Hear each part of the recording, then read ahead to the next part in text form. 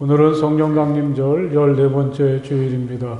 이제 우리 함께 자리에서 일어나셔서 조용히 기도하심으로 예배로 나아가시겠습니다.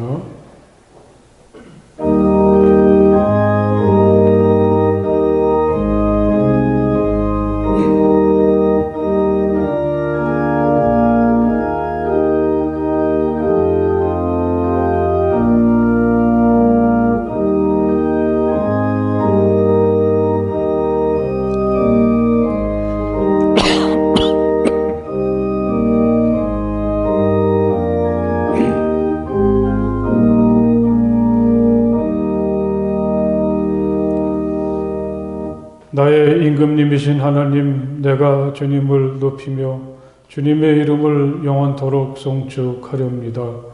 내가 날마다 주님을 송축하며 영원토록 주님의 이름을 송축하렵니다.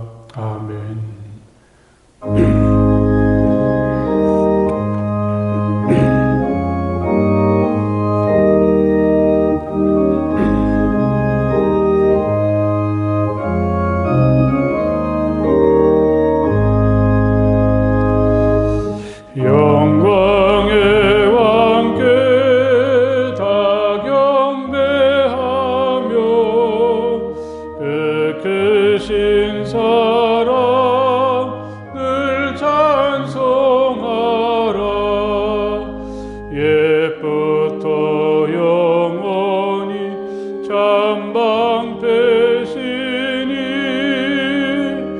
그 영광의 주를 다 찬송하라. 능력과 은혜 다 찬송하라. 그 옷은 햇빛, 그 집은 궁창, 그늘의 소리로 준호하시고 폭풍의 날개로 달려가신다. 저 아름답고 놀라운 일이 가득한 이 땅 다 주의 조화, 그 힘찬 명령에 더 잡히나니 저 푸른 바다는 옷자락이라. 질그릇같이 연약한 인생 주 의지하여 늘 강건하리. 온 백성 지으신 만왕이시니 그 자비 영원히 변함없소라.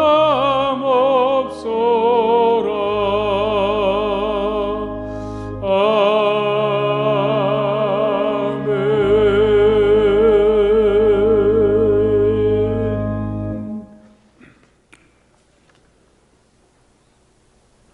언제나 우리에게 사랑을 베풀어 주시는 하나님, 가을의 문턱에서 드리는 우리의 예배를 받아주시며 하늘의 은혜와 복을 충만히 내려 주옵소서. 우리의 주변은 어수선하고 살아가는 일이 쉽지 않지만 우리의 발걸음이 흐트러지지 않게 하시며 주님을 향한 믿음이 흔들리지 않게 하옵소서. 내 은혜가 내게 족하도다 하시는 주님의 말씀을 마음에 새기게 하옵소서. 은혜인 줄 몰랐던 것이 하나님의 은혜임을 아는 기쁨이 있게 하옵소서. 어려운 현실이지만 넉넉한 마음으로 오늘을 살게 하옵소서. 예수님 이름으로 기도합니다. 아멘. 이 시간 우리와 함께 조용히 침묵하시며 하나님께 기도하시겠습니다. 하나님, 제가 여기 있습니다. 따뜻한 사랑으로 저를 맞아주시고 또 저의 모든 부끄러움과 허물들을 용서해 주시며 저의 아픔과 상처들을 치유해 주시기 원합니다. 우리 조용히 침묵하시며 하나님께 기도하시겠습니다.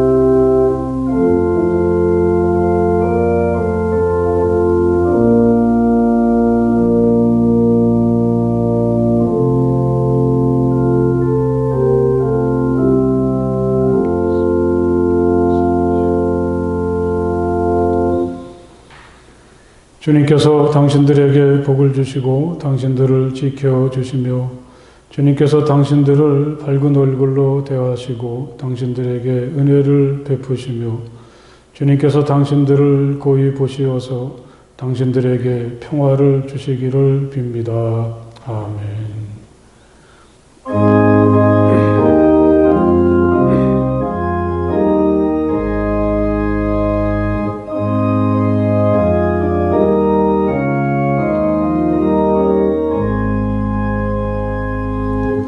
만복의 근원 하나님,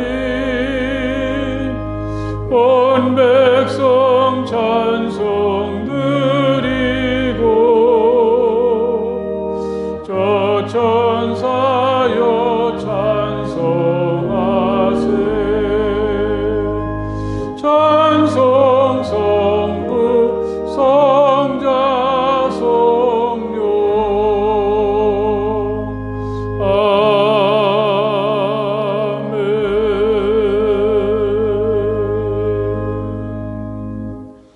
우리를 사랑하시는 아버지 하나님 감사합니다. 이 시간을 통하여 주님의 섭리를 깨닫게 하시고 예배 드릴 수 있도록 인도하심에 감사를 드립니다. 저희들이 지난 한 주간도 하나님 앞에 정직하게 살았는지 자신을 바라보는 시간이 되게 하옵소서. 주님께 저희의 삶을 아뢰오니 저희를 긍휼히 여겨 주시옵소서. 주님을 믿고 따르는 저희에게 지혜와 명철함을 허락하셔서 헛된 세상적 욕심이 아니라 믿음의 눈으로 주님의 뜻을 보게 하시고 진정 하나님께서 원하시는 것이 무엇인지 깨닫게 하옵소서. 아버지 하나님, 코로나로 인하여 어려움과 힘든 시기를 보내고 있습니다. 사회 경제가 어려워지고 소상공인이나 자영업자들이 모두 어려움을 겪으며 살고 있습니다. 주님, 이 시기를 잘 극복하게 하시고 은혜를 베풀어 주시옵소서. 코로나가 하루속히 소멸되어서 사람이 만남이 기쁨이 되게 하옵소서. 주님이 주신 자연에 감사하며 주님의 은혜에 감사하며 기쁨이 찬양이 나오는 하루하루가 되기를 원하옵니다. 아버지 하나님, 이 지역에 성안교회를 세워주셔서 사랑의 공동체가 되게 하시니 감사를 드립니다. 주님께서 내 집은 기도하는 집이라 하셨사오니 많은 이들이 나와서 자신의 허물을 고백하고 하나님과 교감하게 하여 주시옵소서. 기도만이 우리를 바른 길로 인도하시리라 믿습니다. 믿음에 믿음을 더하여 주시옵소서. 이 시간 단위에 세우신 목사님, 성령의 두루마리로 덧입혀 주시고 영과 육이 강건케 하시며 성령의 은총이 가득하게 하옵소서. 말씀을 전달하실 때에 능력이 말씀이 되게 하옵소서. 우리들도 말씀에 순종하며 하나님께 합당한 삶을 살기를 간절히 원하오며 이 모든 말씀 우리 주 예수 그리스도 이름으로 기도드렸사옵나이다. 아멘. 오늘 하나님의 말씀은 신약성경 마가복음서 7장 14절에서부터 23절의 말씀이 되겠습니다.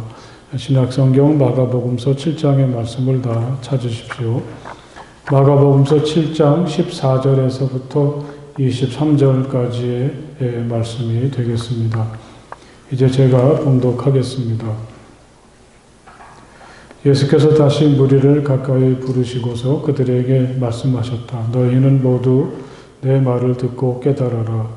무엇이든지 사람 밖에서 사람 안으로 들어가는 것으로서 그 사람을 더럽히는 것은 아무것도 없다. 사람에게서 나오는 것이 그 사람을 더럽힌다. 예수께서 무리를 떠나 집으로 들어가셨을 때에 제자들이 그 비유를 두고 물었다. 예수께서 그들에게 말씀하셨다. 너희도 아직 깨닫지 못하느냐? 밖에서 사람의 몸속으로 들어가는 것이 사람을 더럽히지 못한다는 것을 알지 못하느냐?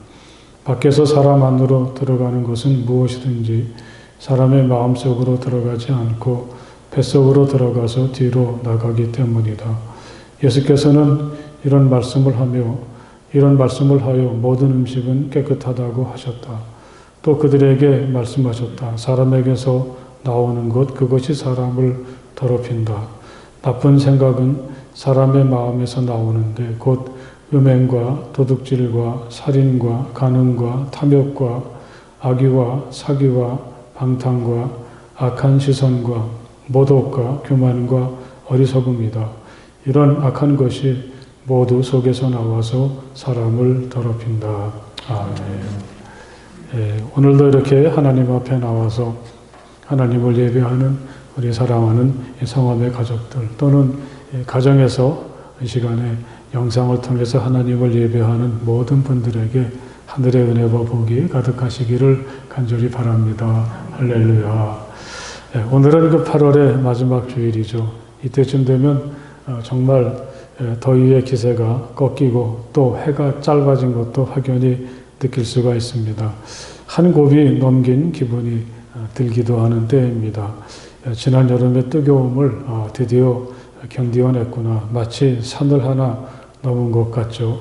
이런 마음을 핑계 삼아서 오늘은 서로 격려하고 또 다가올 시간을 축복하는 것도 좋은 일이 아니겠습니까? 옆에 계신 분들하고 지난 여름 잘 견디어내셨습니다. 함께 인사해 보십시오.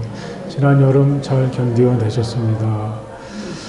이 뜨거운 시간이 지나면 또 열매의 계절이 오지 않습니까? 코로나가 여전하긴 해도 이번 가을엔 하나님께서 어떤 좋은 일을 우리들을 위해서 준비해 놓으셨을지 또 기대와 희망을 가지십시오.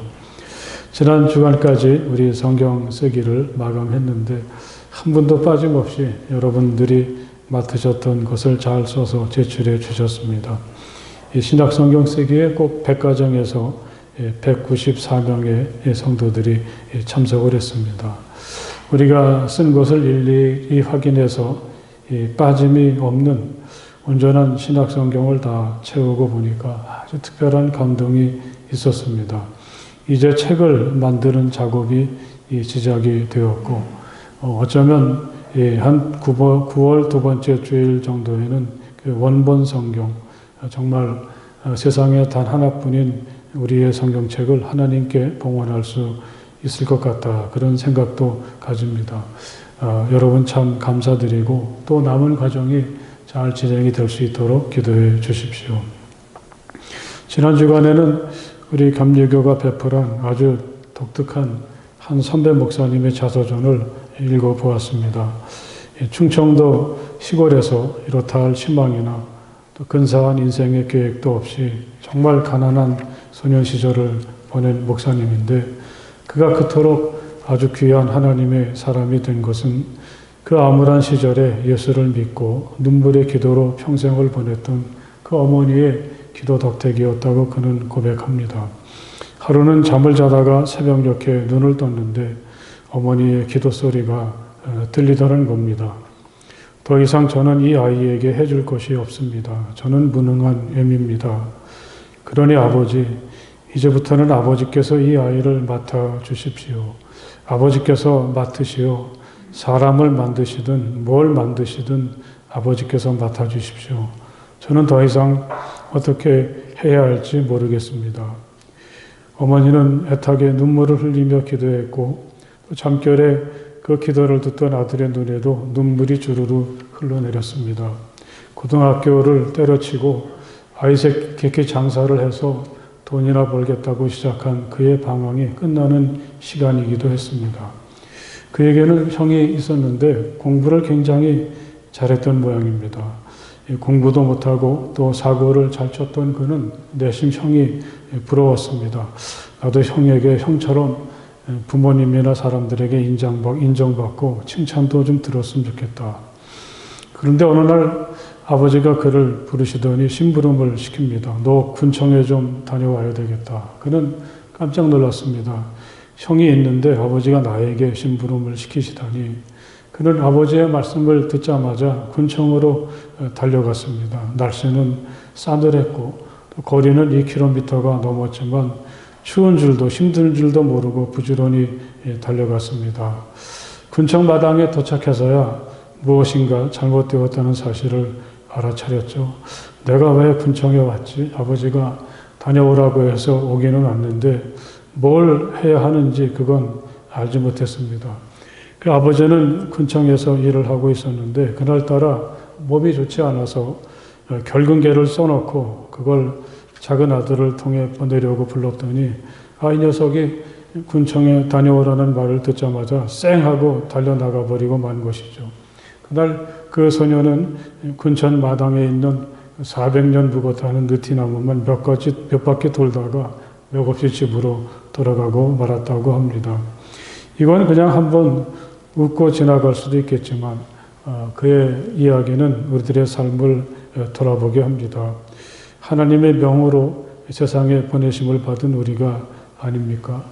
오늘도 우리는 하루하루를 열심히 살려고 애를 쓰는데 그런 우리가 마치 그 목사님의 그때 어린 시절처럼 내가 왜 군청에 달려가는지 가서 무엇을 해야 되는지 이것도 모르는 채로 그저 바쁘고 분주하기만 하다면 사랑하는 여러분, 우리들의 삶은 어떻게 되는 걸까요? 우리는 우리를 세상에 심부름 보내신 하나님 앞에 갔을 때 도대체 무슨 말씀을 드려야 할까요? 과연 나는 잘 살고 있는지, 나를 세상에 심부름 보내신 하나님의 목적과 뜻을 잘 알고 또 그것을 잘 행하고 있는지 좀 생각을 해봐야 되겠습니다. 우리 옆에 계신 분들하고 우리는 하나님의 심부름꾼입니다. 한번 인사해 보십시오. 우리는 하나님의 심부름꾼입니다. 예수님의 주변에는 나사렛 예수를 통해서 병이 낫고 또 삶이 온전해지기를 갈망하는 사람들로 항상 붐볐죠. 하지만 꼭 그런 사람들만 있는 것은 아니었습니다. 눈을 부릅뜨고 또 귀를 활짝 열고 예수를 주시하고 그가 하는 말을 하나도 빠짐없이 들으려고 하는 사람, 모든 행동을 다 지켜보려고 하는 사람들도 있었습니다. 그러다가 혹시 이상한 행동이나 말을 하면 가만히 두질 않죠. 그들은 어떻게 해서라도 예수나 제자들의 흠을 들추어내서 비판하고 망신 주는 것을 마치 자기 사명처럼 여기는 사람들입니다. 이 7장의 서두에 나오는 바리새파 사람들이나 예루살렘에서 내려온 율법학자들이 바로 그들이죠. 오늘도 그들은 예수를 가만히 내버려 두질 않습니다. 그들은 예수의 제자들 몇 사람이 손도 씻지 않고 빵을 먹는 것을 보았는데 그들은 이걸 가지고 또 따집니다. 우리는 그렇게 생각할 수도 있죠. 손을 씻지도 않고 음식을 먹는 것은 위생상 안 좋은 일이다. 그런데 지금 이 사람들이 문제 삼는 것은 단지 몸에 좋고 안 좋고 그런 차원이 아닙니다. 그건 부정한 행동, 거룩하지 못한 행동이라고 따지고 있습니다. 그들에게는 그런 규정이 있습니다. 오늘처럼 음식을 먹을 때에는 그들은 정해진 규정에 따라서 손을 씻어야 합니다. 그건 마치 의사들이 수술을 하기 전에 아주 꼼꼼하게 자기 손을 닦는 일과 흡사하다고 하겠습니다. 그건 마치 예식과도 같은 행동이죠. 그렇게 함으로써 그들은 세상의 죄악이나 부정함으로부터 자신들을 깨끗하게 지킨다고 생각했습니다.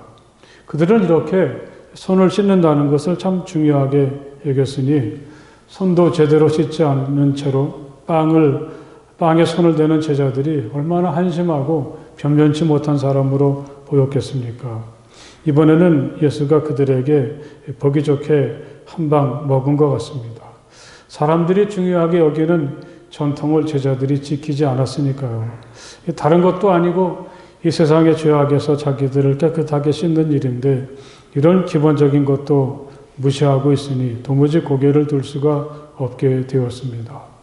그런데 예수는 그들이 미처 생각하지 못했던 것을 말씀하고 계십니다. 이렇게 사람들이 보는 앞에서 겉으로 드러나는 것을 깨끗하게 하는 것도 중요하지만 더 중요하고 진짜가 있다면 그건 보이지 않는 부분이 아니겠는가. 예수는 이런 생각을 가지고 그들에게 말씀을 하십니다. 오늘 우리는 그 14절에서부터 20절까지만 읽었지만 그런 예수님의 이야기들이 7장 앞부분부터 계속해서 나타나고 있는데 예수는 자기들을 비판하는 바리새인이나 율법학자들의 잘못된 부분을 세 가지로 말씀을 하십니다. 먼저 예수는 그들에게 하나님께서 예언자 이사야를 통해서 하셨던 말씀을 들려주셨습니다. 이 백성은 입술로는 나를 공경해도 마음은 내게서 멀리 떠나 있다. 그들은 사람들의 훈계로 교리를 가르치며 나를 헛되이 예배한다. 하나님은 이사야를 통해서 이스라엘 사람들에게 그들이 말만 번지르르 할 뿐이지 진실한 마음으로 하나님의 뜻을 찾으려고 하고 하나님을 경외하지 않는 그들의 위선적인 모습을 지적해 주셨습니다. 예수님이 인용하셨던 이 이사야서의 본문은 이렇게 말하고 있습니다. 이 백성이 입으로는 나를 가까이 하고 입술로는 나를 영화롭게 하지만 그 마음으로는 나를 멀리하고 있다. 제가 다녔던 신학교가 영어 약자로는 MTS입니다. 감리교 신학대학이라는 말인데 고학년이 되니까 누군가 이 MTS라는 말을 마우스 트레이닝 스쿨이라고 그렇게 읽더라고요. 무슨 뜻인지 대강 아시겠죠? 거기에 대해서 아니라고 말한다는 게 쉽지 않았습니다. 이상하게 학교를 다니면 다닐수록 믿음이 점점 더 식어지고 말만 유창해지는 것 같았습니다. 우리들도 그런 걸 공감할 때가 있지 않습니까? 이 신앙생활을 어느 정도 하고 나면 이제는 아는 것도 좀 있고 또 교회의 분위기나 그 안에서 이루어지는 일에 익숙해지면 그럴수록 더 경건해지고 더욱 믿음으로 살아야 되는데 그렇지를 못합니다. 무엇보다도 입술과 마음이 일치하지 않을 때가 많다는 거죠. 입술로는 하나님을 찬양하지만 마음으로는 그렇지 못합니다. 말로는 서로를 높이고 존중하지만 속은 그렇지 않은 경우가 우리에게 얼마나 많습니까? 내가 사람의 모든 말과 천사의 말을 할 수 있을지라도 내게 사랑이 없으면 울리는 징이나 요란한 꽹과리가 될 뿐이라고 사도 바울은 말하지 않았습니까? 내가 아무리 멋진 말을 하더라도 만약에 거기에 우리의 진정한 마음이나 참된 사랑이 담겨 있지 않다면 그건 시끄러운 소음이고 공허한 말일 뿐이라는 거죠. 사랑하는 여러분, 우리 하나님은 항상 우리 마음을 살피시고 우리 마음을 원하신다는 사실을 기억하시기를 간절히 바랍니다. 우리가 말이 좀 서툴고 어떤 때에는 무슨 말을 해야 할지도 모르고 때로는 하나님 앞에 서면 입이 꽉 다물어지고 단지 두려울 뿐이고 우리는 이럴 때가 참 많습니다. 하지만 이런 우리를 하나님께서 기뻐하시고 사랑하시고 소중히 여기신다는 것을 기억하시길 바랍니다. 언제나 그 마음이 하나님을 향하고 또 하나님 앞에 진실한 마음을 가진 사람 말입니다. 너희는 하나님의 계명을 버리고 사람의 전통을 지키고 있다. 이 8절에서 예수님은 또 이러한 그들의 잘못을 지적하십니다. 어쩌면 그 사람들도 깜짝 놀랐을 것입니다. 세상에 자기들처럼 하나님의 말씀을 철저하게 잘 지키는 사람들은 없을 거야.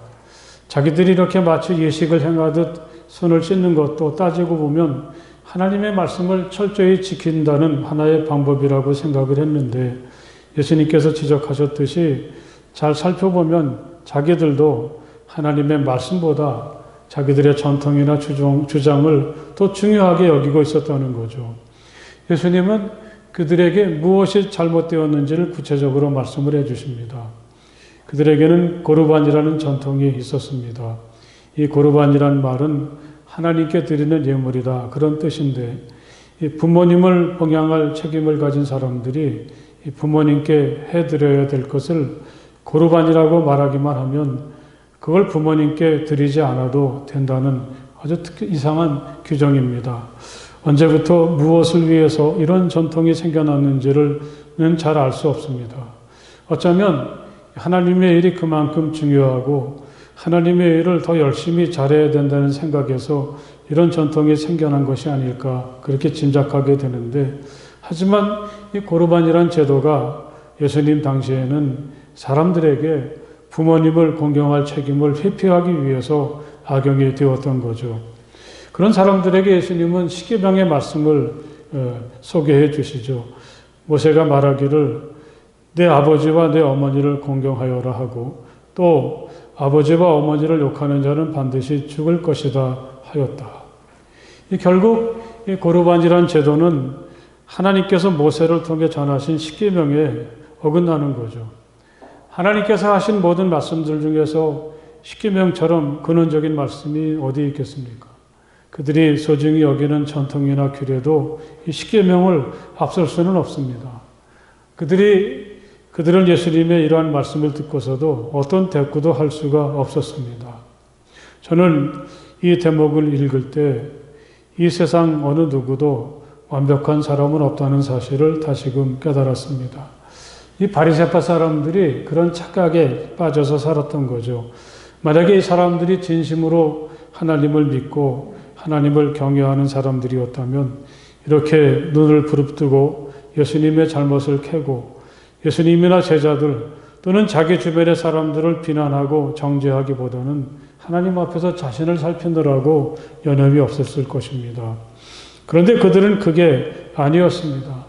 자기들도 하나님의 말씀을 잘 깨닫지 못하고 잘 지키지 못하는 부족한 사람이라는 것을 그들은 알지 못했죠. 그래서 섣부르게 다른 사람들을 비난하다가 이런 부끄러움을 당하고 있습니다. 사랑하는 여러분, 너무 당연한 말이지만 이 세상에 완벽한 사람은 없습니다. 또한 완벽한 죄인이나 악인도 없습니다. 누구나 사람은 부족하고 아무리 애를 써도 한계가 있죠. 그런 우리들이 어떤 다른 사람들을 내려다가 보면서 자기 도처에 빠져서 나는 괜찮아, 이런 착각에 빠져서도 안 되는 것이고, 또 다른 사람들을 비판하거나 정죄하는 일도 없어야 되겠습니다. 우린 누구나 다 하나님의 용서와 사랑이 필요한 연약하고 허물 많은 죄인일 뿐입니다. 마지막으로 예수님은 이런 말씀을 그들에게 들려주셨습니다. 오늘 읽은 말씀이죠. 15절과 16절을 보니까 무엇이든지 사람 밖에서 사람 안으로 들어가는 것으로서 그 사람을 더럽히는 것은 아무것도 없다. 사람에게서 나오는 것이 사람을 더럽힌다. 이것은 이 바리새인들이나 율법학자들은 참 충격적인 말씀으로 들었을 것입니다. 그들의 주장을 완전히 뒤집어 놓는 것이죠. 말씀드렸던 것처럼 그들이 그토록 유별나게 손을 씻는다든지 자기들이 먹고 마시는 잔이나 그릇을 그토록 공을 들여서 씻는 까닭이 우리들이 이렇게 깨끗하다, 그걸 보여주기 위해서입니다. 아마 그들은 사람들이 보는 앞에서 그런 의식을 행하면서 우리 이렇게 깨끗해, 자신의 깨끗함을 드러내놓고 자랑하고 싶었을 것입니다. 가만히 생각해 보면 정말 이것은 간단하지만 지키기 어려운 전통이 아니었을까요? 그 당시 이스라엘은 그렇게 물이 넉넉하지 않았을 텐데 지금 우리들처럼 어딜 가든지 꼭지만 돌리면 물이 나온다면 이 규례를 지키기가 좀 쉬웠을 텐데 어떤 사람들에게는 물이 없어서 이렇게 하고 싶어도 할 수가 없었을 것입니다. 이러한 그 면에서 이 예수님께서 하신 말씀은 이 겉모습만 중요하게 생각하고 거칠애를 내세우는 이스라엘의 전통에 대한 도전이라고 하겠습니다. 무엇이든지 사람 밖에서 사람 안으로 들어가는 것으로서 그 사람을 더럽히는 것은 아무도 없다. 주님께서 이렇게 말씀하셨을 때 듣는 사람들은 깜짝 놀랐겠죠. 혹시라도 이 세상에 더러운 것이 내 속에 들어갈까 손을 열심히 닦았는데 그게 아니라는 거죠. 또 19절의 말씀의 마지막에 보면 예수께서는 이런 말씀을 하실 때 모든 음식이 다 깨끗하다 그렇게 말씀을 하신 것이다 그렇게 설명을 붙일 때 이 음식 속에는 그 레위기에 나오는 사람들이 먹을 수 있는 것과 먹지 말아야 되는 것을 구분하는 규례를 여기서 염두에 두고 계신 것이 아닙니다. 그때는 이것은 먹어도 되고 저것은 먹지 말아야 된다고 말씀을 하셨는데 예수님은 모든 음식이 다 깨끗하다, 먹어도 된다 그렇게 지금 말씀을 하십니다. 이 레위기의 규례는 또 생각해 보면 얼마나 사람들을 경직되게 하고 형식에 얽매이게 하는 것입니까? 오늘 예수님의 말씀은 형식이나 또는 전통적인 규례나 거칠에만 얽매여서 자유롭지 못한 사람들을 향한 해방선언이라 그렇게 말씀할 수 있겠습니다. 손을 깨끗하게 하는 행위를 마치 의식처럼 그렇게 할 필요는 없는 거야. 그거보다 더 정말 중요한 게 있어. 무엇을 먹을 수 있고 먹어서는 안 되는가? 여기에 내 인생이 달려있는 것은 아니야. 정말 중요한 것은 다른 데 있어. 예수는 이렇게 말씀을 하십니다. 정말 이렇게 해도 되는 건가? 손을 씻는 일을 소중하게 여기지 않더라도 게다가 음식을 먹고 안 먹고의 규칙이 레위기의 말씀 속에 있는데 그걸 무시해도 되는 건가? 사람들의 마음속에는 그런 의구심이 있었을 것입니다. 하지만 예수는 이런 규례들이 우리가 세상을 살아가는 데 있어서 정말 중요한 것들을 깨닫지 못하게 하고 하나님의 사람으로 우리가 살기 원하는 진정한 삶에 걸림돌이 된다면 우린 이것을 과감하게 뛰어넘어야 된다고 말씀을 하시죠. 실제로 초대교회에서는 그런 자유로운 음성이 들리지 않았습니까? 하나님의 나라는 먹는 일과 마시는 일이 아니라 성령 안에서 누리는 의와 평화와 기쁨입니다. 할렐루야. 사도 바울은 이 먹는 일에 대해서 이렇게 얘기를 합니다. 교인들이 하도 뭘 먹어야 된다 말아야 된다 뭐 그런 걸 가지고 하도 다투니까 이 무엇을 먹고 먹지 않고 이 무엇을 먹어서 믿음 생활을 잘못하는 것도 아니고 뭘 먹지 않는다 그래서 그 사람이 훌륭한 교인도 아니고 뭘 먹고 먹지 않고가 중요한 게 아니라는 거죠. 이 모든 한계와 제약을 넘어서서 하나님께서 성령을 통해서 예수 그리스도로 말미암아 우리에게 주시는 참된 평화와 기쁨, 의가 진짜라는 것을 그런 나사렛 예수를 통해서 알게 되었고 그것을 이야기하고 있습니다. 하나님께서 깨끗하게 하신 것을 속되다고 하지 말아라. 이건 욥바에 머물고 있던 베드로에게 들렸던 하나님의 음성입니다. 그는 기도하고 있었는데 환상을 보았죠. 하늘에서 보자기 같은 그릇이 그에게로 내려왔는데 그 안에는 온갖 짐승들이나 새들이나 땅을 기어다니는 것들이 골고루 들어있었습니다. 베드로야 일어나서 잡아먹어라. 하늘에서 음성이 들렸습니다. 그는 그렇게 할 수가 없었습니다. 그 안에는 이 성경에서 부정하다고 규정한 짐승들이 있었는데 어떻게 그것을 먹을 수가 있을까요? 나는 속되고 부정한 것은 한 번도 먹은 일이 없습니다. 그렇게 대답하면서 그가 뒤로 물러섰을 때 바로 하늘에서 그런 음성이 들려오신 거죠. 하나님께서 이미 깨끗하게 하신 것들이다. 여러분 참 놀랍지 않습니까? 도대체 하나님께서 언제 그런 짐승들을 깨끗하게 하신 걸까요? 특별히 그 환상은 하나님께서 이 베드로를 이 가이사라에 머물고 있던 경건한 이방인 로마 군의 백부장인 고넬료에게 보내주기 전에 보여주셨던 환상입니다. 오늘을 살고 있는 사람들 중에 그 누구도 부정하다든지 또는 더러운 사람이라는 운명으로 태어난 사람은 없다는 것. 서로 지금 당장 더럽고 추해 보여도 그 내면에는 하나님은 선한 DNA를 심어 놓으셨고 그런 사람들조차 하나님은 이미 깨끗하다고 선언을 해 주십니다. 이 대목에서 예수님은 먹는 것 가지고 또는 깨끗하게 손을 씻는 것으로서 선한 사람과 그렇지 못한 사람을 구분하려고 하고 또 특별히 자기들이 좀 손을 깨끗하게 씻는다고 해서 그런 처지에 있지 못한 사람들을 악인으로 규정해버리고 또 그런 사람들 앞에서 우월감을 즐기는 이 바리새인들이나 율법학자들의 권위를 마구 흔들어 놓으십니다. 그러면서 그 이면에서 마치 죄인처럼 마음 편하게 살지 못하는 사람들을 진정한 구원의 빛으로 초대해 주시죠. 손을 씻는 게, 먹는 게 그렇게 중요한 게 아니다. 당신들은 이미 하나님께서 깨끗하게 하신 사람들이요. 거룩하고 존귀한 삶을 살도록 하나님께서 이미 당신들을 깨끗하게 해주셨어. 할렐루야. 예수는 모든 사람들을 향해서 이렇게 말씀을 하십니다. 그러면서 우리가 정말 살피고 깨끗하게 해야 될 것은 겉이 아니고 속이라는 것. 겉으로 드러나 보이는 부분이 아니라 드러나지 않는 내면이라는 주님의 말씀, 우리는 깊이 새겨야 되겠습니다. 겉으로 드러나는 부분을 깨끗하게 닦는 것도 좋겠지만 그러면서 보이지 않는 우리들의 내면을 그냥 내버려 둔다면 도대체 우리는 어떻게 되는 것입니까? 사람들에게 보이는 겉모습은 잘 꾸미고 아름답게 치장하려고 하면서 마음은 마치 가시덤불처럼 황폐하게 내버려 둔다면 그건 정말 잘하는 일이겠습니까? 예수님은 특별히 바리새파 사람같이 위선적인 사람들을 이렇게 꼬집으시면서 회칠한 무덤 같다 그렇게 말씀을 하신 적이 있습니다. 이 회칠한 무덤이란 정말 말 그대로 무덤의 겉부분에다가 회 같은 것으로 하얗게 칠해 놓는 것이죠. 6월절 같은 절기가 되면 순례자들이 예루살렘을 찾아가는데 길가에는 무덤이 있습니다.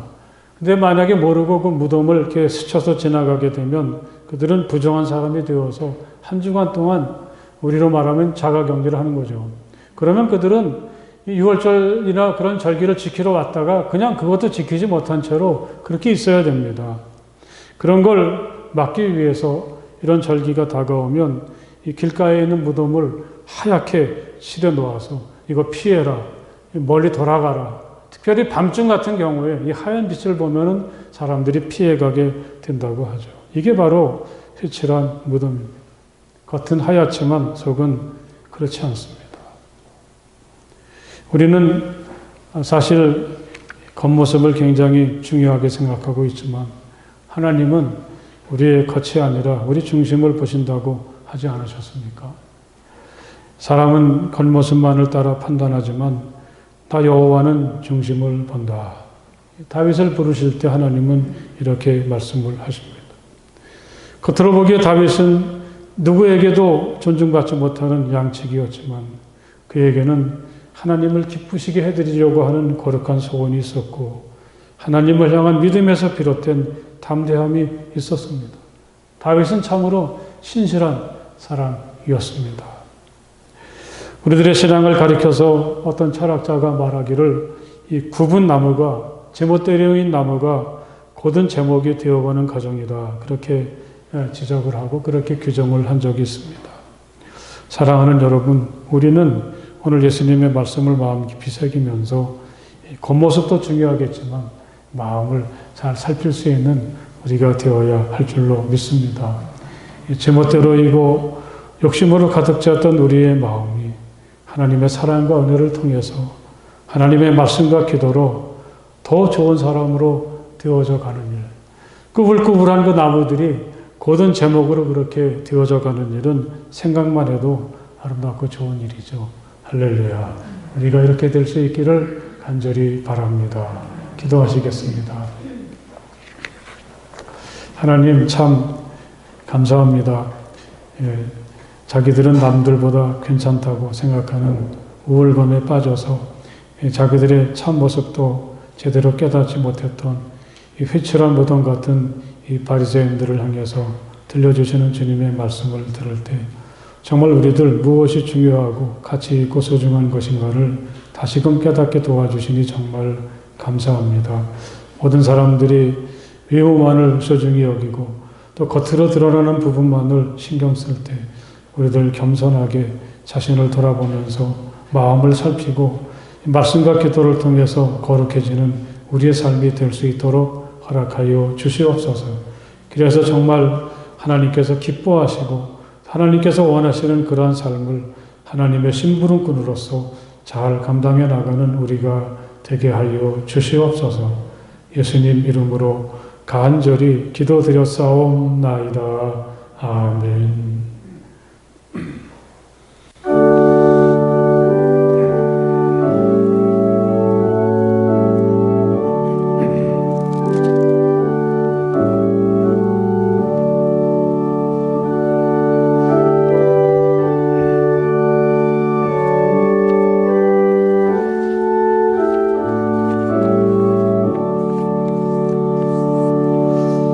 내게 있는 모든 것을 아낌없이 드리네.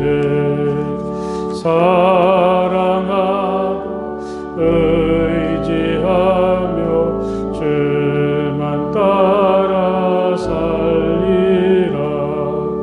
주께 드리네. 주께 드리네.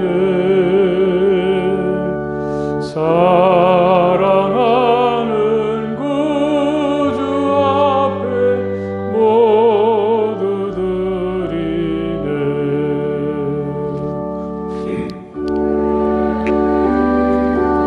모든 것을 영원하게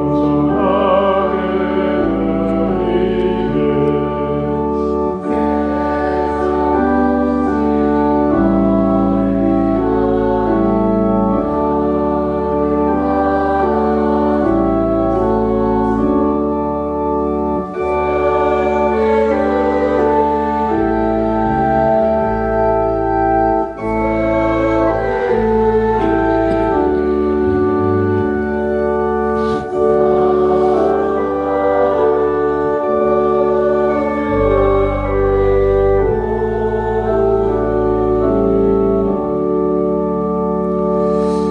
내게 있는 모든 것을 주를 위해 드리네. 주의 성령 충만하게 내게 내려주소서. 주께 드리네. 주께 드리네. 사랑하는 구주 앞에 모두 드리네. 아멘.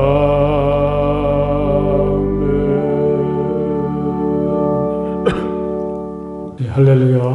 또 이 주일 아침에 다시 여러분들을 뵙게 돼서 참 반갑습니다. 우리 옆에 계신 분들하고 사랑하고 축복합니다. 한번 인사해 보실까요? 사랑하고 축복합니다.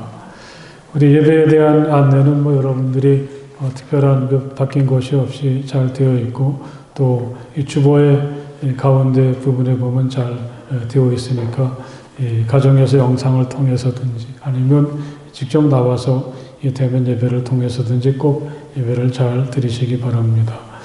이 성경 쓰기가 잘 맞춰지고, 또 지난 주간에 모든 분들이 다 제출을 해주셔서 이제 그 인쇄하고 제본하는 과정으로 들어갔습니다. 그래서 그 과정이 맞춰지게 되면 이제 가족으로 표지를 씌우는 작업을 하게 되면 모든 일이 다 잘 마무리가 되어지게 되는데, 우리 여러분들이 직접 쓰신 원본은 아마 빠르면은 9월 두 번째 주간쯤에는 잘 되지 않을까. 그러면 특별히 이제 먼저 나온 원본을 우리 하나님 앞에 봉헌하는 그런 시간을 가지고, 또 여러분들에게 나누어 드릴 성경은 그것이 다 완성되면 잘 여러분들에게 드리도록 하겠습니다. 이 모든 과정이 잘 진행될 수 있도록 많이 기도해 주시기 바라고, 또 이 신약 성경 쓰기를 통해서 정말 하나님 은혜를 경험하신 분들이 있다면 좀 그러한 것을 영상을 통해서 좀 소개해 주시면 우리 모두에게 더 큰 은혜가 되리라고 생각을 합니다. 한 1분 정도 말씀을 해 주실 분 3분을 기대하는데, 여러분 마음에 원하시면 이 귀한 일에 참여해 주시고, 또 우리 곽은영 전도사님께 말씀을 해 주시면 좋겠습니다. 이 7월 15일 날 이제 신약이 다 끝나고 또 그동안 우리가 성경 말씀 쓰고 또 더위와 씨름하느라고 참 시간이 정신없이 흘렀는데 또 이제 9월 6일부터는 이 시편의 말씀을 하루에 한 편씩 읽는 그러한 통독을 다시 시작하려고 하니까 여러분 또 이제까지 잘해 주셨는데 앞으로도 함께 참여하셔서 우리 성도들끼리 서로 교제도 하고 말씀을 통해 은혜 받는 시간을 가지시기 바랍니다. 지난 주간에 또 참 반가운 소식이 우리 교우들 가정에 있었습니다. 우리 김영수 이선영 성도의 가정에서 딸을 지난 8월 25일 날 출산을 했는데 참에서 어린 생명들 귀한 시기인데 정말 하나님의 축복이라고 생각합니다. 축하해 주시고 또 귀한 생명이 잘 자랄 수 있도록 많이 기도해 주십시오. 이 딸이 세상에 와서 이제 우리 김성태 권사님이나 하강미 권사님 또 이정복 권사님이나 우리 김은하 권사님이 이제 할머니 할아버지가 되셨으니까 또 그분들에게도 좀 축하를 해 주시면 좋겠습니다. 다른 광고 없으시면 우리 함께 자리에서 일어나셔서 주기도문 찬송 함께 찬송을 부르시겠습니다.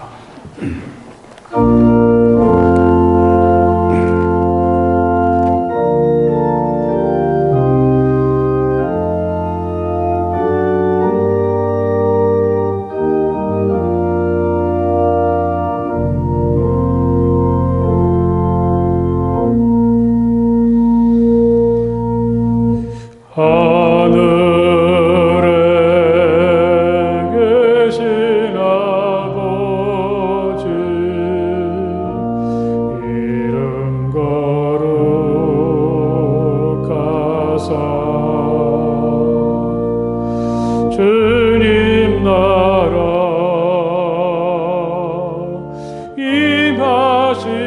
임하시고 뜻이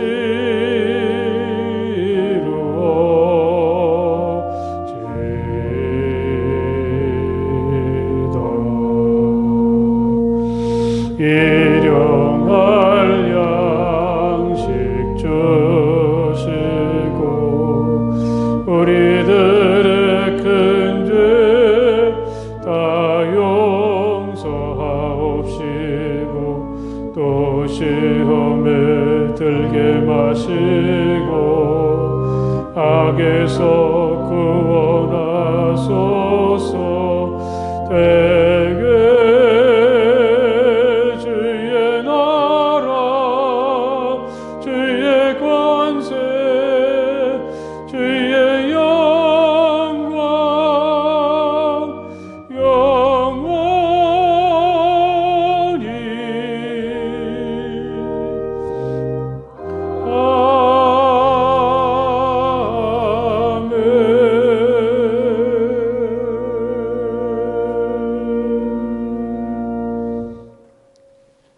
이제는 우리 주 예수 그리스도의 그 크신 은혜와 우리 아버지 하나님의 그 넓고 무한하신 사랑하심과 성령 안에서의 거룩한 사귐이 마음을 다해서 우리 주님을 예배하는 모든 주님의 자녀들 가운데 영원토록 함께하여 주시기를 간절히 축원하옵나이다. 아멘.